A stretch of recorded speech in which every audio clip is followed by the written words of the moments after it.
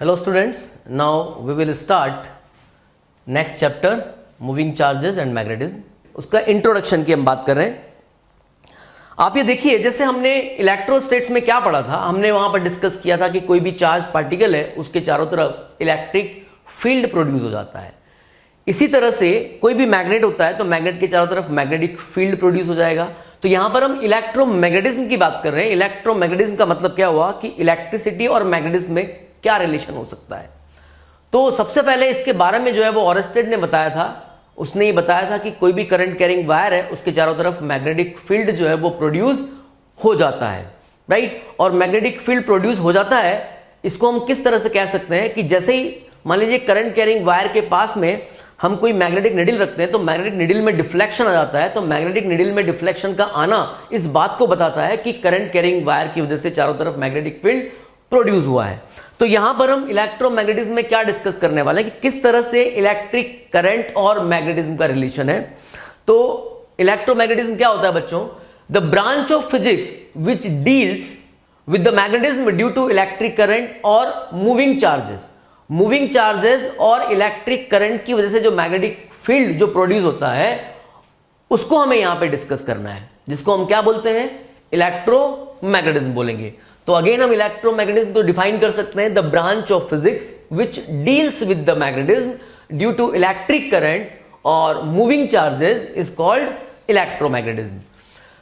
Next जो है magnetic field, जैसे हमने बात की है कि जिस तरह से इलेक्ट्रिक फील्ड प्रोड्यूस होता है तो इलेक्ट्रिक फील्ड के लिए रिस्पॉन्सिबल कौन होता है बच्चों? Charge, static charge. अगर मान लीजिए चार्ज जो है वो मूव करना स्टार्ट कर दे तो हमने डिस्कस किया था इलेक्ट्रोस्टैटिक्स में कि मूविंग चार्जेस की वजह से इलेक्ट्रिक फील्ड भी प्रोड्यूस होता है और मैग्नेटिक फील्ड भी प्रोड्यूस होता है। लेकिन अगर मान लीजिए वही चार्ज एक्सेलरेटेड मूव करे तो एक रेडिएशंस और डेवलप होते हैं जिनको हम बोलते हैं इलेक्ट्रोमैग्नेटिक वेव्स। तो अगर हम केवल स्टैटिक चार्ज की बात करें तो हमने डिस्कस किया था कि स्टैटिक चार्ज की वजह से केवल और केवल मैग्नेट इलेक्ट्रिक फील्ड प्रोड्यूस होता है। स्टैटिक चार्ज की वजह से क्या प्रोड्यूस होगा? केवल और केवल इलेक्ट्रिक फील्ड। लेकिन अगर वही चार्ज कांस्टेंट वेलोसिटी से मूव करना स्टार्ट कर दे तो इलेक्ट्रिक फील्ड के साथ साथ मैग्नेटिक फील्ड भी प्रोड्यूस होता है। और अगर मान लीजिए चार्ज एक्सेलरेटेड है या चार्ज रिटार्डेशन में है तो उस कंडीशन में इलेक्ट्रिक फील्ड भी प्रोड्यूस होता है बच्चों, मैग्नेटिक फील्ड भी प्रोड्यूस होता है और इलेक्ट्रोमैग्नेटिक वेव्स भी रेडिएट होती हैं। तो हम मैग्नेटिक फील्ड की बात कर रहे हैं। मैग्नेटिक फील्ड क्या होता है? किसी भी मैग्नेट या करंट कैरिंग वायर और मूविंग चार्जेस के चारों तरफ का वह रीजन जिसमें मैं कोई अदर मैग्नेट को रखूं और वो फोर्स एक्सपीरियंस करे, इसका मतलब उस रीजन में मैग्नेटिक फील्ड प्रेजेंट है। तो मैग्नेटिक फील्ड को हम डिफाइन कर सकते हैं a region of space near a magnet, electric current और मूविंग चार्ज पार्टिकल। क्योंकि मैग्नेट की वजह से भी मैग्नेटिक फील्ड प्रोड्यूस हो सकता है, इलेक्ट्रिक करंट की वजह से भी मैग्नेटिक फील्ड प्रोड्यूस होता है और मूविंग चार्ज की वजह से भी मैग्नेटिक फील्ड प्रोड्यूस हो सकता है। तो यहां पर region of space near a magnet, electric current और moving charge particle in which magnetic effects are exerted और observed on any other magnet, electric current और moving charge particle. It is also known as magnetic flux density. Magnetic field को बच्चों हम magnetic flux density भी बोल सकते हैं, magnetic induction भी बोल सकते हैं और सिंपली हम मैग्नेटिक फील्ड भी बोल सकते हैं। अब यहां पर आप देखिए एक डायग्राम आपको गिवन है।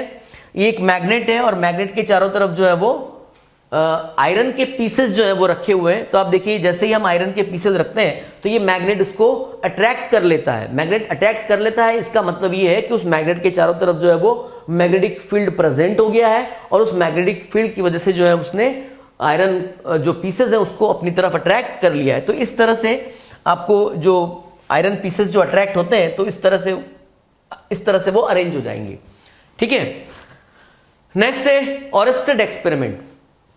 बच्चों ऑरेस्टेड एक्सपेरिमेंट की हेल्प से ही सबसे पहले हमने ये मालूम किया कि कोई भी करंट कैरिंग वायर जो है उसके चारों तरफ मैग्नेटिक फील्ड प्रोड्यूस हो जाता है।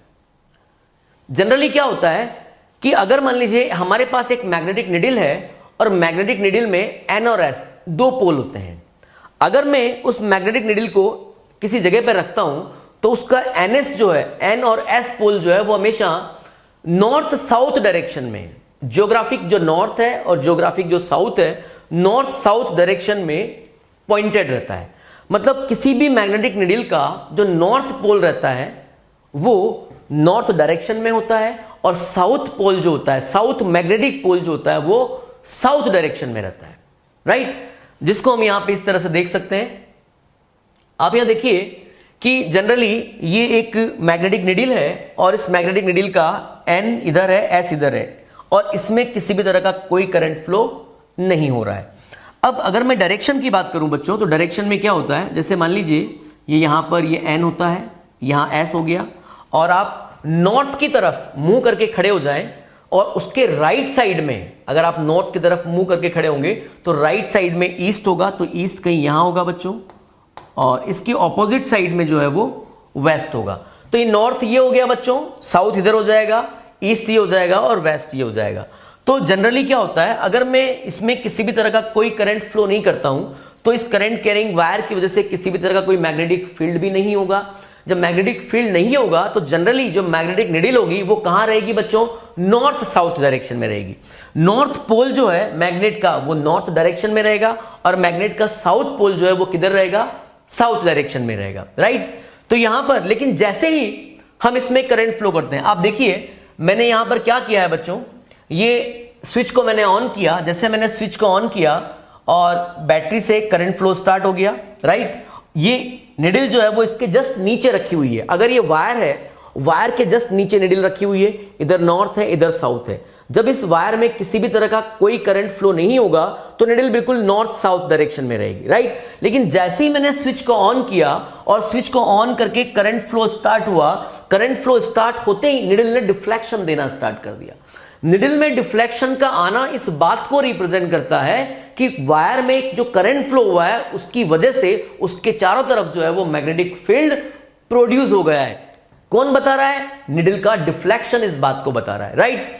अब जैसे ही मैंने क्या किया, यहां पर आप देखिए बैटरी के टर्मिनल्स मैंने चेंज कर दिए, तो बैटरी के टर्मिनल्स चेंज होते ही करंट की डायरेक्शन चेंज हो गई। करंट की डायरेक्शन चेंज हो गई तो निडल का डिफ्लेक्शन पहले जो आ रहा था उसका ऑपोजिट हो गया।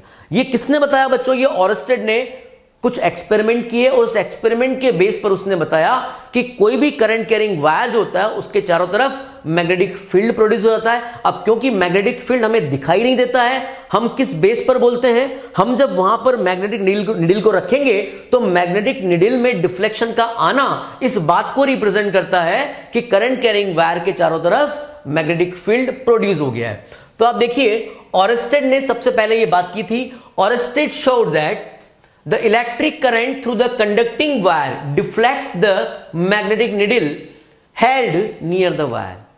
मतलब करंट कैरिंग वायर के पास में अगर कोई मैग्नेटिक निडल रखी हुई है तो उसमें डिफ्लेक्शन हो जाता है।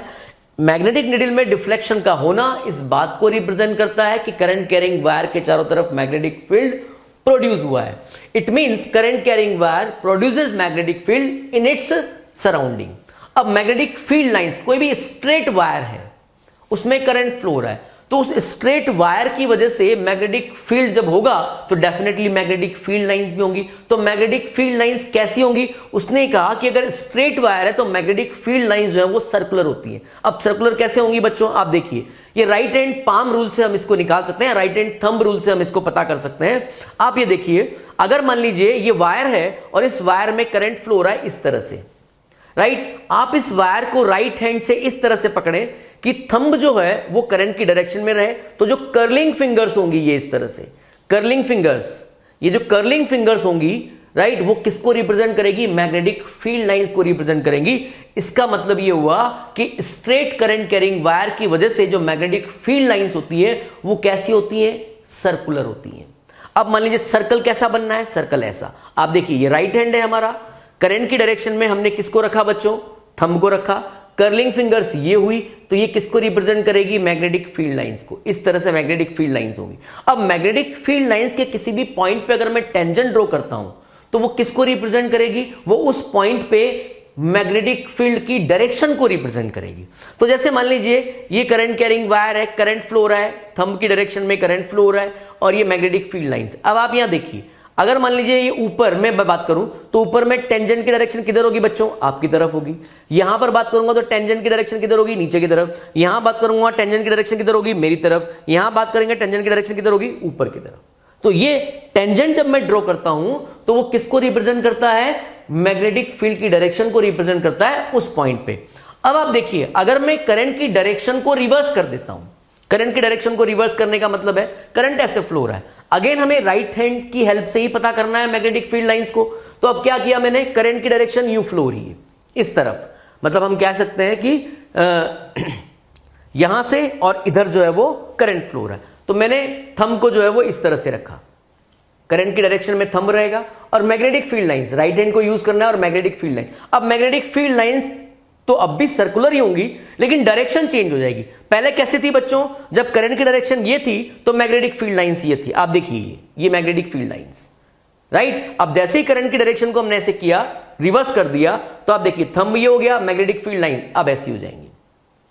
तो मैग्नेटिक फील्ड लाइंस की जो डायरेक्शन है वो जस्ट रिवर्स हो जाएंगी।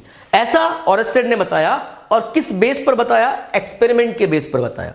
अब यहां पर एक चीज देखिए, जैसे ही मान लीजिए हमने स्विच को ऑन किया, करंट फ्लो स्टार्ट हो गया, और करंट फ्लो स्टार्ट होते ही निडल ने डिफ्लेक्शन देना स्टार्ट किया। तो निडल में डिफ्लेक्शन जो आया वो किधर आएगा, इसकी हम बात करते हैं। आप देखिए कि आप ये समझिए कि अगर मान लीजिए एक मैग्नेटिक निडल है, उसमें नॉर्थ और साउथ पोल है।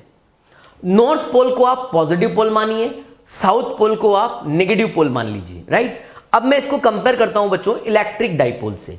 इलेक्ट्रिक डाइपोल में आपने देखा होगा कि पॉजिटिव चार्ज पे फोर्स किधर लगता है, इलेक्ट्रिक फील्ड की डायरेक्शन में, और नेगेटिव चार्ज पे फोर्स किधर लगेगा, इलेक्ट्रिक फील्ड के ऑपोजिट डायरेक्शन में। सेम वही कॉन्सेप्ट हम यहां पर यूज में लेने वाले। आप देखिए एन क्या है, पॉजिटिव मैग्नेटिक पोल, तो पॉजिटिव मैग्नेटिक पोल पे किधर फोर्स लगेगा बच्चों, मैग्नेटिक फील्ड की डायरेक्शन में। और साउथ क्या है, नेगेटिव मैग्नेटिक पोल है, तो साउथ पे फोर्स किधर लगेगा, मैग्नेटिक फील्ड के ऑपोजिट डायरेक्शन में। अब यहां पर आप देखिए ये हमारा करंट कैरिंग वायर है, क्लियर है बच्चों आपको, इसमें करंट फ्लो हो रहा है। फर्स्ट डायग्राम की मैं बात कर रहा हूं, इसमें अगर मैं बात करूं यहां पर, तो यहां पर तो किसी भी तरह का कोई करंट फ्लो ही नहीं हो रहा है। जब करंट फ्लो नहीं हो रहा है तो उसकी वजह से किसी भी तरह का कोई मैग्नेटिक फील्ड प्रोड्यूस नहीं होगा। तो जो मैग्नेटिक निडल होगी वो किधर रहेगी बच्चों, नॉर्थ साउथ डायरेक्शन में, राइट। इस मैग्नेट का नॉर्थ पोल जो है वो नॉर्थ डायरेक्शन में रहेगा, और साउथ पोल जो है वो साउथ डायरेक्शन में रहेगा, जो कि दिखाया गया है। और इधर हो गया ईस्ट, और इसके जस्ट रिवर्स में क्या हो गया, वेस्ट हो गया। अब इस डायग्राम के अकॉर्डिंग हम देखते हैं, इसमें करंट फ्लो हो रहा है बच्चों इस तरह से, ये करंट की डायरेक्शन हो गई, निडल जस्ट नीचे रखी हुई है। अब करंट अगर ऐसे फ्लो हो रहा है तो आप देखिए मैग्नेटिक फील्ड लाइंस कैसे होगी, ये मैग्नेटिक फील्ड लाइंस, तो मैग्नेटिक फील्ड लाइंस ये होगी। अब हमें मैग्नेटिक फील्ड इंटेंसिटी की डायरेक्शन की बात करनी है। कहां पर बात करनी है बच्चों, जस्ट नीचे, क्योंकि निडल कहां रखी हुई है, नीचे। तो आप ये देखिए फील्ड लाइंस यूं आ रही है इस तरह से, तो यहां पर मैग्नेटिक फील्ड की डायरेक्शन किधर होगी, इस तरह से, टुवर्ड्स द बोर्ड, बोर्ड की तरफ होगी, राइट। अब निडल को मैं यहां रखूंगा तो मैग्नेटिक फील्ड की डायरेक्शन टुवर्ड्स बोर्ड है, ये एन हो गया, इधर एस होगा, तो एन पे किधर फोर्स लगेगा बच्चों, मैग्नेटिक फील्ड की डायरेक्शन में, और एस पर किधर फोर्स लगेगा, मैग्नेटिक फील्ड के ऑपोजिट डायरेक्शन में। तो इसका जो नॉर्थ पोल है, नॉर्थ मैग्नेटिक पोल है वो किधर जाएगा, वेस्ट की तरफ चला जाएगा, जो कि आपको यहां पर दिखाया गया है। देखिए आप रोटेट हो रहा है इस तरह से, राइट। यहां पर आप देखिए बच्चों, यहां पर करंट की डायरेक्शन को हमने रिवर्स कर दिया है। तो करंट की डायरेक्शन रिवर्स करने का मतलब है करंट इस तरह से फ्लो हो रहा है। मैग्नेटिक फील्ड लाइंस कैसी होंगी, यूं होंगी, ये करंट की डायरेक्शन, थंब जो है वो करंट की डायरेक्शन में रहेगा, और कर्लिंग फिंगर्स जो है वो मैग्नेटिक फील्ड लाइंस को रिप्रेजेंट करेंगे। तो मैग्नेटिक फील्ड लाइंस की डायरेक्शन अब ये हो गई।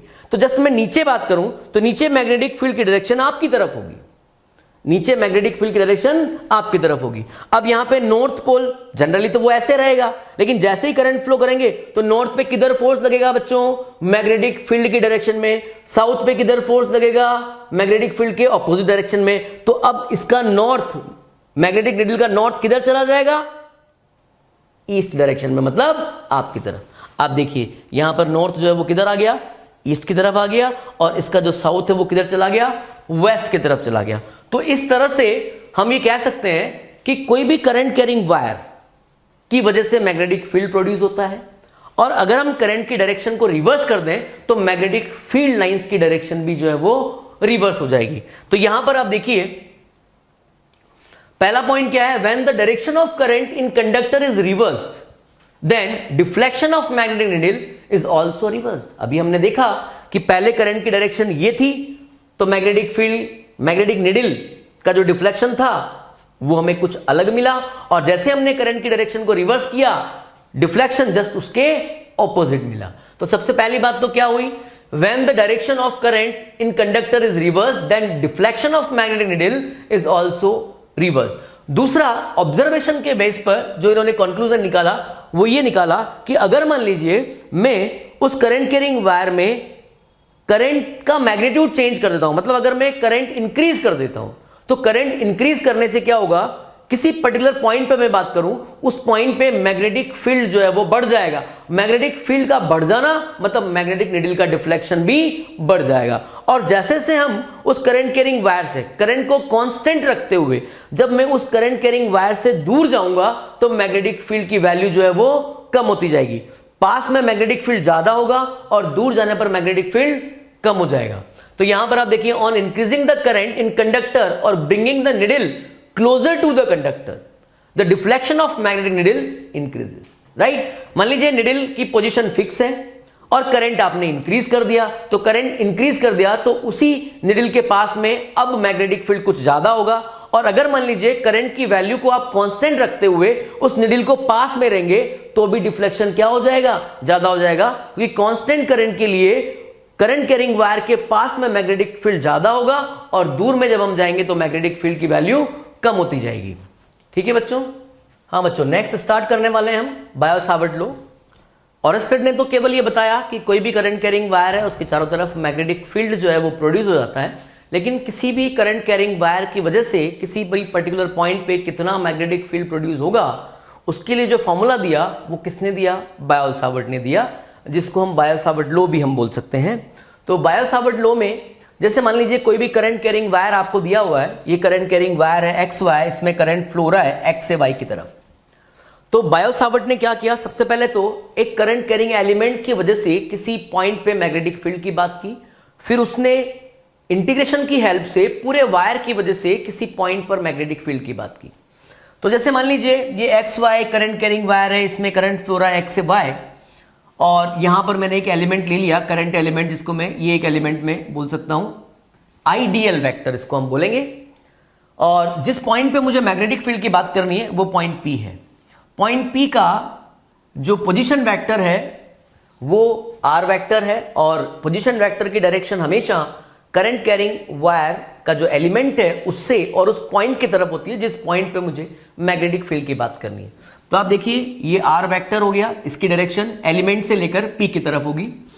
यहां पे डीएल जो है एक इंपॉर्टेंट पॉइंट है बच्चों, यहां पे जो करंट कैरिंग एलिमेंट है आइडियल वेक्टर जिसको मैं बोलूंगा, वो एक वेक्टर क्वांटिटी है और उसकी डायरेक्शन हमेशा करंट की डायरेक्शन में होती है। ये ध्यान रखना है आपको, करंट कैरिंग एलिमेंट जो है वो एक वेक्टर क्वांटिटी है जिसकी डायरेक्शन किधर होगी, करंट की डायरेक्शन में होगी।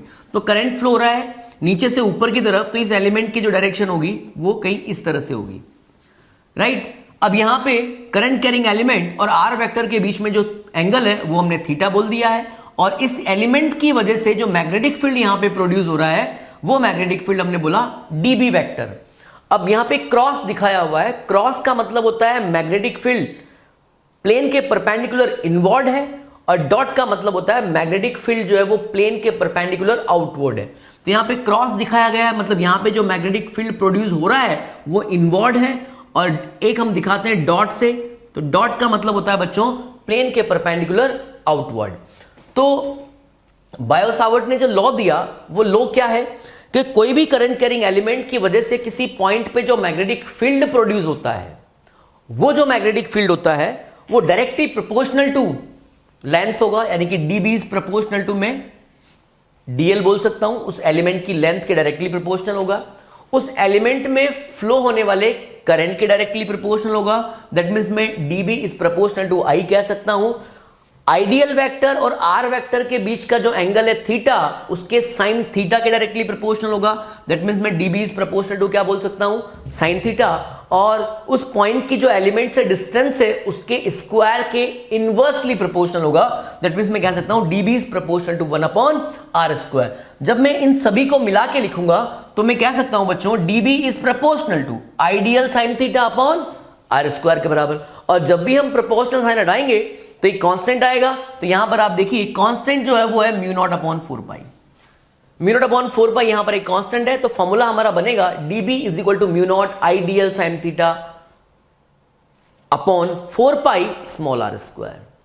राइट, तो यहां पर आप देखिए ये जो एलिमेंट है स्मॉल एलिमेंट, इस स्मॉल एलिमेंट की वजह से P पॉइंट पे जो मैग्नेटिक फील्ड प्रोड्यूस हो रहा है, उस मैग्नेटिक फील्ड का जो मैग्नीट्यूड है वो है μ0 I dl sine theta upon 4π small r²। यहां पे μ0/4π जो कांस्टेंट है, μ0 को हम बोलते हैं magnetic permeability of free space और एयर हम कह सकते हैं, जो कि एक कांस्टेंट वैल्यू है। और μ0/4π की जो वैल्यू होती है वो 10⁻⁻7 tesla into metre upon ampere होता है। यहां पर आप देखिए बच्चों μ0 की यूनिट जो है, यहां पे मैग्नेटिक फील्ड की यूनिट हम आगे बात करने वाले हैं। मैग्नेटिक फील्ड की यूनिट जो है वो टेस्ला होती है, लेंथ की यूनिट हम जानते ही है मीटर होती है, और करंट की यूनिट जो है वो एम्पियर होती है। तो जब हम यहां से यूनिट निकालेंगे इस फॉर्मूले से, तो μ0 की जो यूनिट मिलेगी मुझे वो tesla into metre upon ampere मिलेगी। हाँ, अब अगर हम वेक्टर फॉर्म में बात करें बच्चों बायो-सावर्ट लॉ की, तो वेक्टर फॉर्म में आप देखिए हमने डिस्कस किया था dB जो होता है, इसके मैग्नीट्यूड की अगर हम बात करें तो dB इज इक्वल टू होता है μ0 I dl साइन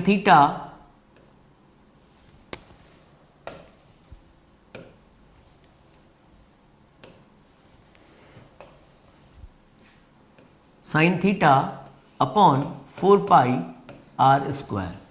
ठीक है, अब यहां से आप देखिए वेक्टर फॉर्म में μ0 I अपॉन 4π r² एज इट इज है। dl साइन थीटा को मैंने लिखा dl vector cross r cap. कैसे, आप देखिए dl sine theta dl vector cross r cap को मैं क्या लिख सकता हूं बच्चों, dl का मॉड हो गया ये, और r कैप का मॉड हो गया, और dl वेक्टर और r वेक्टर के बीच का जो एंगल है वो थीटा है, तो यहां पे क्रॉस प्रोडक्ट में साइन थीटा आ जाएगा, तो ये हो गया साइन थीटा।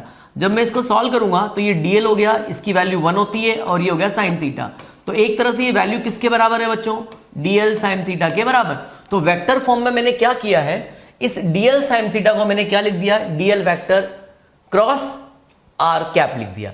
अब r कैप की वैल्यू हम जानते हैं r वेक्टर बाई r होता है, तो जब यहां पे वैल्यू रखेंगे r कैप की तो r वेक्टर, तो यहां क्या बन जाएगा, नीचे r³ बन जाएगा। डायरेक्शन ऑफ dv वेक्टर आप ये देखिए dl cross r vector, dl vector cross r vector की डायरेक्शन क्या होगी, हमेशा dl और r के प्लेन के परपेंडिकुलर। राइट, तो यहां देखिए direction of dv vector is always perpendicular to the plane of dl vector and r vector. इसका मतलब ये हुआ कि db की डायरेक्शन जो है वो dl के भी परपेंडिकुलर होगी, और db की डायरेक्शन जो है वो r वेक्टर के भी परपेंडिकुलर होगी, जिसको हम किससे निकाल सकते हैं, राइट हैंड थंब रूल से निकाल सकते हैं। तो यहां पर आप देखिए हमने जो बात की थी बच्चों, एक हमने डायग्राम, ये मान लीजिए इस तरह का करंट कैरिंग लूप है, यहां पर ये dl वेक्टर है, इसमें करंट फ्लो रहा है I इस तरह से, और इसको हमने बोल दिया I dl vector. Right, point हमारा यहां पर है, और ये हो गया r वेक्टर। ठीक है, इस पॉइंट पे मुझे मैग्नेटिक फील्ड की बात करनी है, तो dl की डायरेक्शन क्या हुई बच्चों, करंट की डायरेक्शन में, तो dl की डायरेक्शन तो ये मान लीजिए आप, और r की डायरेक्शन हो गई हमारे पास ये। राइट, तो ये हो गया r वेक्टर, और ये हो गया हमारा I dl वेक्टर की डायरेक्शन। अब dl क्रॉस r निकालेंगे तो कैसे निकालेंगे, dl से r की तरफ आप चलेंगे, right hand thumb rule, dl से r की तरफ जब हम चलेंगे तो हमारा थंब किधर जा रहा है बच्चों, अंदर की तरफ, थंब अंदर की तरफ जा रहा है, और dl और r का प्लेन क्या है, ये जो बोर्ड है वो जो प्लेन है उसी प्लेन में हमारा dl भी है और उसी प्लेन में हमारा r भी है। तो थंब क्या हो जाएगा, इस प्लेन के परपेंडिकुलर इनवर्ड। प्लेन के परपेंडिकुलर इनवर्ड को हम किससे रिप्रेजेंट करते हैं, क्रॉस से रिप्रेजेंट करते हैं। तो यहां पर जो मैग्नेटिक फील्ड की डायरेक्शन मिलेगी, मैं उसको dl vector cross r vector से निकाल सकता हूं, और उसके लिए हम क्या करते हैं, राइट हैंड थंब रूल को यूज में लेते हैं। तो इस तरह से हम इसकी डायरेक्शन को फाइंड आउट कर सकते हैं। नेक्स्ट आप देखिए मैग्नेटिक फील्ड इन मीडियम। अगर मैं मीडियम में मैग्नेटिक फील्ड की बात करूं तो केवल क्या होगा, अगर मुझे वैक्यूम में या एयर में बात करनी है तो μ0 आ जाएगा, और मीडियम में बात करूंगा तो मीडियम में क्या हो जाएगा, म्यू आ जाएगा। तो यहां पे मीडियम में जो इलेक्ट्रिक फील्ड होगा dBm is equal to mu naught की जगह केवल क्या आना है बच्चों, म्यू आ जाएगा, तो mu ideal sine theta upon 4 pi r square के बराबर। अब म्यू क्या है यहां पे, मैग्नेटिक परमिएबिलिटी ऑफ मीडियम, और मैग्नेटिक परमिएबिलिटी ऑफ मीडियम जो है वो किसके बराबर होती है, म्यू नॉट म्यू आर के बराबर। ये फॉर्मूले बिल्कुल ऐसे ही है जैसा कि हमने इलेक्ट्रोस्टेट्स में परमिटिविटी को पढ़ा था। अगर आपको ध्यान हो तो वहां पे परमिटिविटी जो होती है किसी भी मीडियम की, वो एप्सिलॉन नॉट एप्सिलॉन आर के प्रोडक्ट के बराबर होती है। सेम थिंग यहां पर जो परमिएबिलिटी है, राइट, परमिएबिलिटी जो है मैग्नेटिक परमिएबिलिटी किसी भी मीडियम की, वो क्या हो जाएगी, म्यू नॉट म्यू आर के बराबर। तो यहां पर आप देखिए म्यू की जगह पर हमने क्या प्लेस कर दिया, mu naught mu r place कर दिया, तो फॉर्मूला बन जाएगा dBm is equal to mu naught mu r ideal sine theta upon 4 pi r square के बराबर। यहां पे म्यू क्या है बच्चों, मैग्नेटिक परमिएबिलिटी ऑफ मीडियम, और म्यू आर क्या है, रिलेटिव परमिएबिलिटी। अब यहां पे अगर मैं यूनिट की बात करूं तो मैग्नेटिक फील्ड के यूनिट जो है यहां पर आप देखिए, मैग्नेटिक फील्ड जो बी है, बी की यूनिट हम वेबर अपॉन मीटर स्क्वायर भी कह सकते हैं। आगे हम मैग्नेटिक फ्लक्स को पढ़ेंगे, तो मैग्नेटिक फ्लक्स जो होता है वो होता है बच्चों phi is equal to B A cos theta के बराबर। तो यहां पर मैग्नेटिक फ्लक्स की जो यूनिट होती है वो होती है वेबर, और एरिया की, ये एरिया है। जैसा हमने इलेक्ट्रिक फ्लक्स की बात की थी, वहां पे इलेक्ट्रिक फ्लक्स क्या होता है, ई ए कॉस थीटा। सेम थिंग यहां पर मैग्नेटिक फ्लक्स क्या हो जाएगा बच्चों, बी ए कॉस थीटा। तो मुझे अगर इसकी यूनिट निकालनी है, बी की यूनिट निकालनी है, तो इसकी यूनिट तो हो गई वेबर, ये तो वेबर हो गया, और यहां पर इंटू बी ये हो गया, इंटू इसकी यूनिट हो गई मीटर स्क्वायर। तो यहां पर बी की यूनिट क्या हो जाएगी बच्चों, वेबर अपॉन मीटर स्क्वायर, और वेबर अपॉन मीटर स्क्वायर को ही हम टेस्ला भी बोल सकते हैं। तो यहां पर ऐसा यूनिट जो है वो तो वेबर अपॉन मीटर स्क्वायर होगी, और weber upon metre square tesla के बराबर होता है। अगर मैं सीजीएस यूनिट की बात करूं तो सीजीएस यूनिट इसकी क्या हो जाएगी, गॉस हो जाएगी, और इसी को हम मैक्सवेल अपॉन सेंटीमीटर भी कह सकते हैं। और यहां पर एक चीज देखिए आप, 1 गॉस जो है यानी कि 1 टेस्ला जो है वो 10 की पावर 4 गॉस के बराबर हो जाएगा, और 1 वेबर जो है वो 10 की पावर 8 मैक्सवेल के बराबर होगा। तो इस तरह से यूनिट जो होती है मैग्नेटिक फील्ड की यूनिट, अगर ऐसा यूनिट की बात करें तो वेबर अपॉन मीटर स्क्वायर हो जाएगी, और सीजीएस यूनिट की बात करेंगे तो मैक्सवेल अपॉन सेंटीमीटर स्क्वायर हो जाएगी। और वेबर अपॉन मीटर स्क्वायर किसके बराबर होता है बच्चों, टेस्ला के बराबर होता है, और मैक्सवेल अपॉन सेंटीमीटर स्क्वायर किसके बराबर हो जाएगा, गॉस के बराबर। अब इनमें जो रिलेशन है वो आपको ध्यान रखना है। 1 टेस्ला इज इक्वल टू क्या होता है, 10 की पावर 4 गॉस, और 1 वेबर इज इक्वल टू क्या होता है, 10 की पावर 8 मैक्सवेल के बराबर। नेक्स्ट है स्पेशल रूल्स। मैग्नेटिक फील्ड के डायरेक्शन या मैग्नेटिक फील्ड लाइंस पैटर्न को फाइंड आउट करने के लिए डिफरेंट हमारे पास रूल्स हैं। उन रूल्स की हेल्प से हम कोई भी वायर है, स्ट्रेट करंट कैरिंग वायर हो या कोई लूप हो, सर्कुलर लूप हो, उसकी वजह से मैग्नेटिक फील्ड लाइंस कैसी होंगी या उनका पैटर्न कैसे होगा, वो हम यहाँ पे डिस्कस करने वाले हैं। तो सबसे पहले है स्पेशल थम्स रूल्स में सबसे पहला जो रूल है वो right hand thumb rule. Right hand thumb rule के लिए आप देखिए, हम मैग्नेटिक फील्ड लाइंस का पैटर्न किस तरह का होगा अगर wire straight current carrying wire है, और पैटर्न किस तरह का होगा अगर वायर जो है वो सर्कुलर करंट कैरिंग वायर है, लूप है। तो यहां देखिए स्ट्रेट करंट कैरिंग वायर की अगर मैं बात करूं तो जैसे मान लीजिए स्ट्रेट वायर, ये मान लीजिए स्ट्रेट वायर है, अब इसमें करंट जो फ्लो हो रहा है, थंब जो है वो करंट की डायरेक्शन को रिप्रेजेंट करेगा, और कर्लिंग फिंगर्स जो है वो किसको रिप्रेजेंट करेगी, मैग्नेटिक फील्ड लाइंस को रिप्रेजेंट करेगी। अब अगर मान लीजिए करंट की डायरेक्शन ऊपर की तरफ है तो यहां पे आप right hand thumb rule use में लेंगे, तो करंट की डायरेक्शन में आप रखेंगे थंब, और कर्लिंग फिंगर्स जो है वो मैग्नेटिक फील्ड लाइंस को रिप्रेजेंट करेंगी।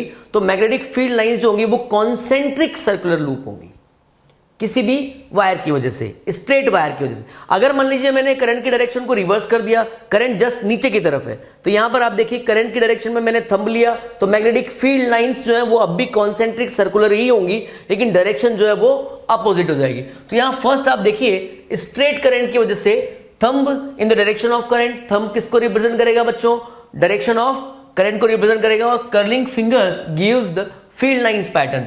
अब यहां पे दो केस हम डिस्कस कर रहे हैं। पहला केस क्या है, wire in the plane of the paper. Wire कहां रखा हुआ है, प्लेन में रखा हुआ है, तो वायर इस तरह से रखा हुआ है, ऐसे करंट की डायरेक्शन ऊपर की तरफ है, या फिर हम यहां बात करें तो इस तरह से रखा हुआ है, करंट की डायरेक्शन इसमें नीचे की तरफ है। तो यहां पर आप देखिए बच्चों, जो यहां पर मैग्नेटिक फील्ड लाइंस है, ये करंट की डायरेक्शन है आपकी, और मैग्नेटिक फील्ड लाइंस का पैटर्न ये इस तरह से है।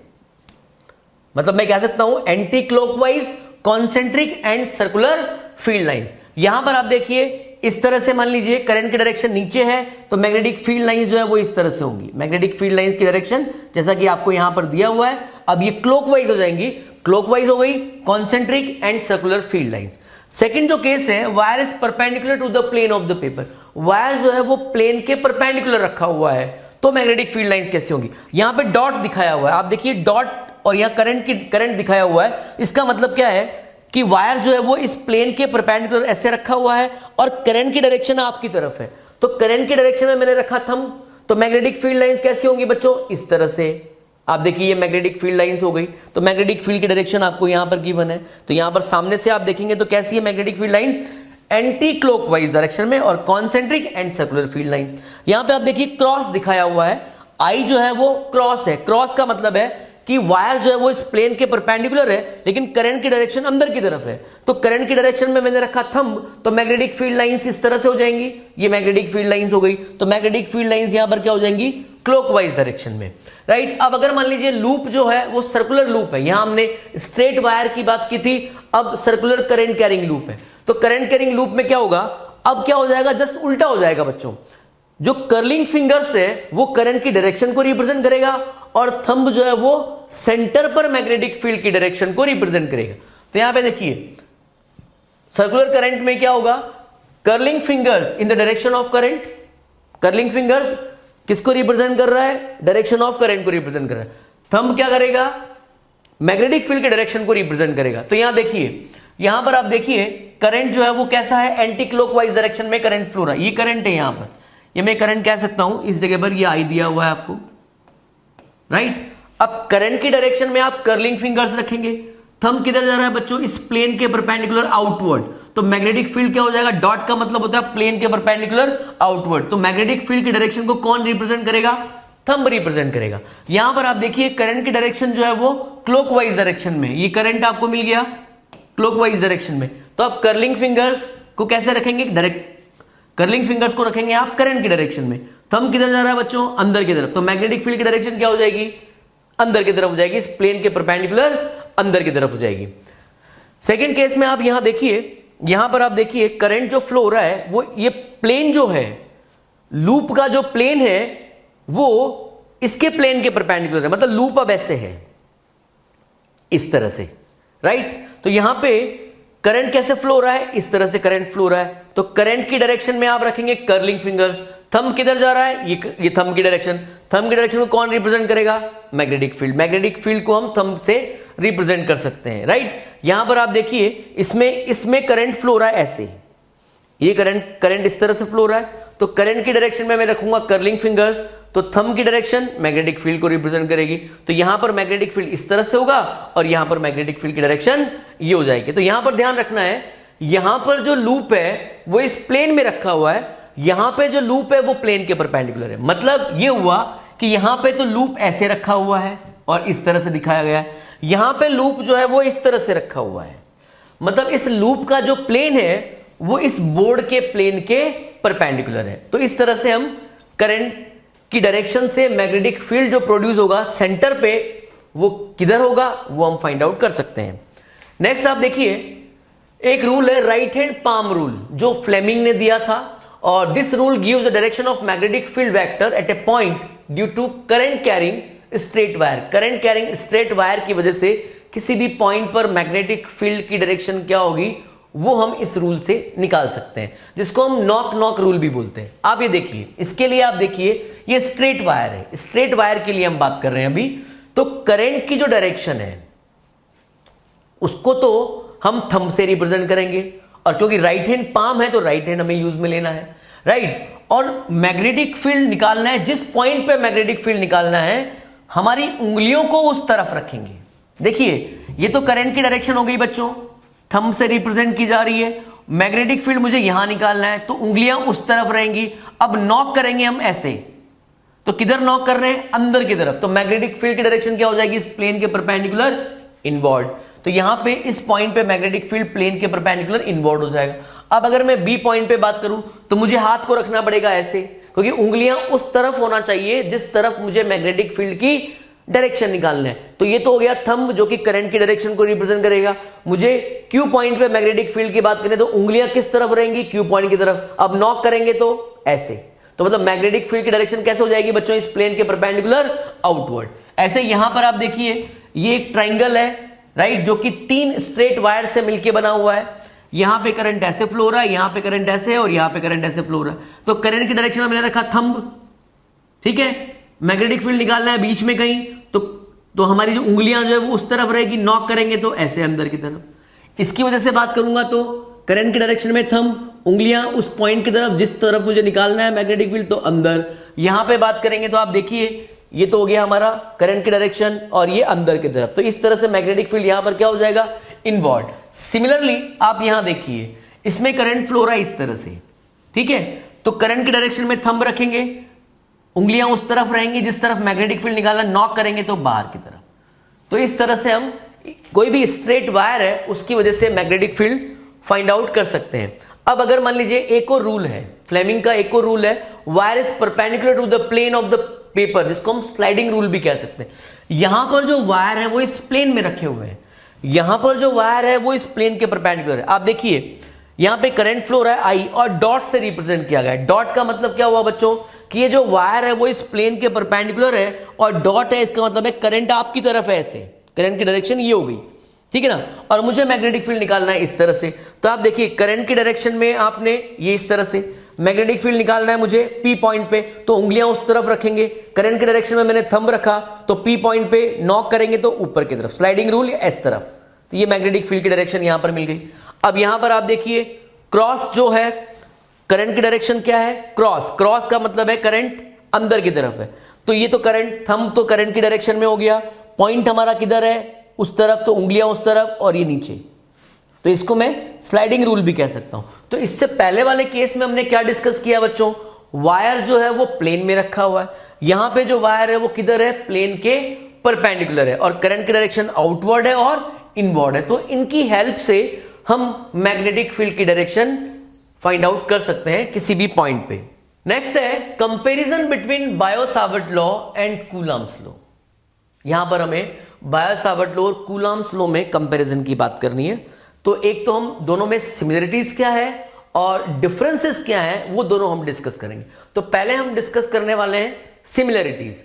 तो सिमिलरिटीज में आप देखिए इलेक्ट्रिक फील्ड की अगर मैं बात करूं तो किसी भी पॉइंट चार्ज की वजह से इलेक्ट्रिक फील्ड क्या होता है, 1/4πε0q/r², यानी कि प्रोपोर्शनल टू 1/r² होता है। और किसी भी करंट कैरिंग एलिमेंट की वजह से जो मैग्नेटिक फील्ड होता है वो भी प्रोपोर्शनल टू 1/r² होता है। तो पहली जो सिमिलरिटी है वो क्या है बच्चों, both magnetic and electric fields at a point are inversely proportional to the square of the distance between the field source and the point of interest, right. तो यहां देखिए E = 1/4πε0q/r² हो गया। तो मैं यहां कह सकता हूं कि E जो है E प्रोपोर्शनल टू क्या हो जाएगा, 1/r²। और यहां से आप देखिए B इज प्रोपोर्शनल टू, मैं क्या कह सकता हूं, 1/r²।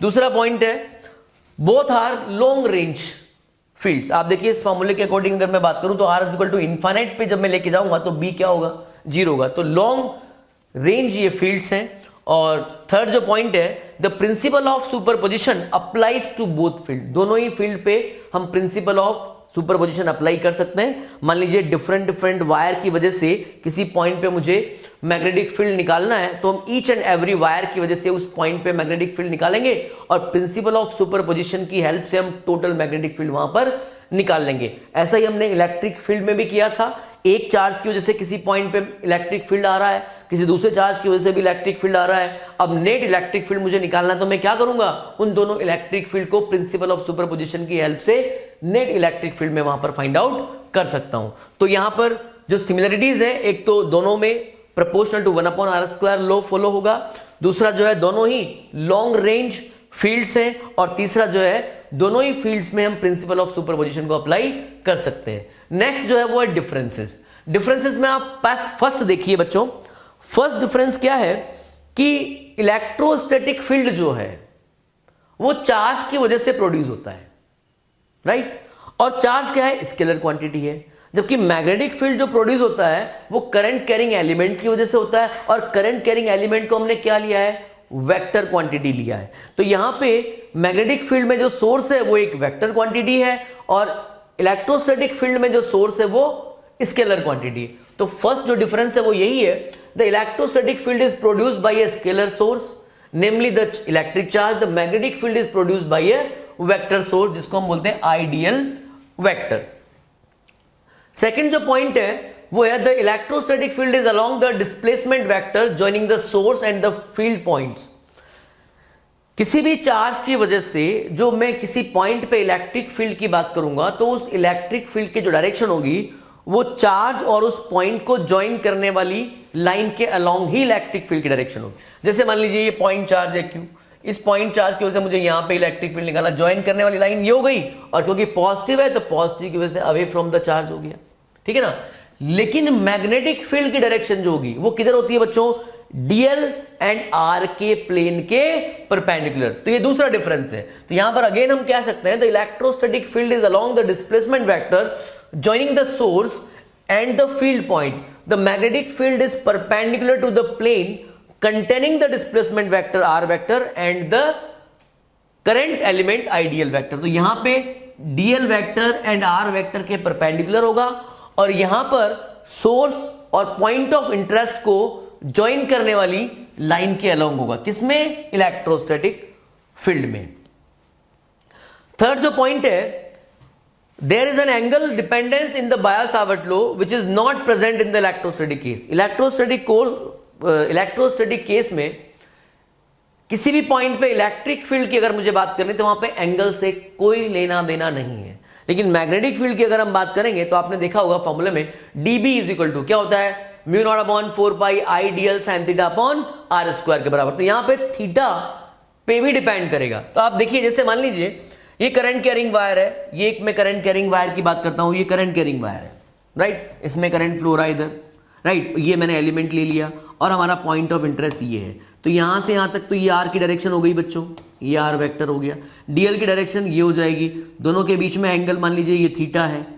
तो मैग्नेटिक फील्ड आप यहां से निकाल सकते हैं। तो मैग्नेटिक फील्ड क्या हो जाएगा बच्चों, dB is equal to mu naught I D L sine theta upon 4 pi r square.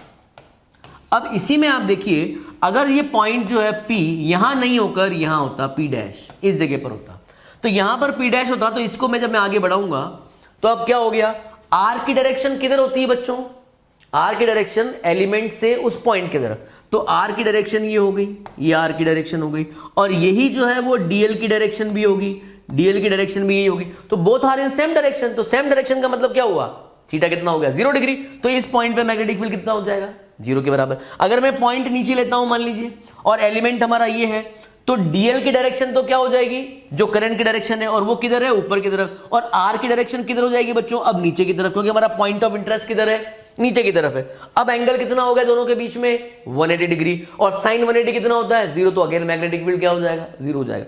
तो कोई भी वायर, स्ट्रेट वायर हो या कर्व्ड वायर हो, उस वायर के अलोंग अगर कोई पॉइंट है, उस लेंथ के अलोंग अगर कोई पॉइंट है, तो थीटा या तो 0 डिग्री होगा या थीटा जो है वो 180 डिग्री होगा, और उस पॉइंट पर जो मैग्नेटिक फील्ड होगा वो कितना होगा, 0 के बराबर। तो थर्ड पॉइंट हमारा वही है, there is an angle dependence in the Biot Savart law which is not present in the electrostatic case. Electrostatic case में एंगल का कोई लेना देना नहीं होता है।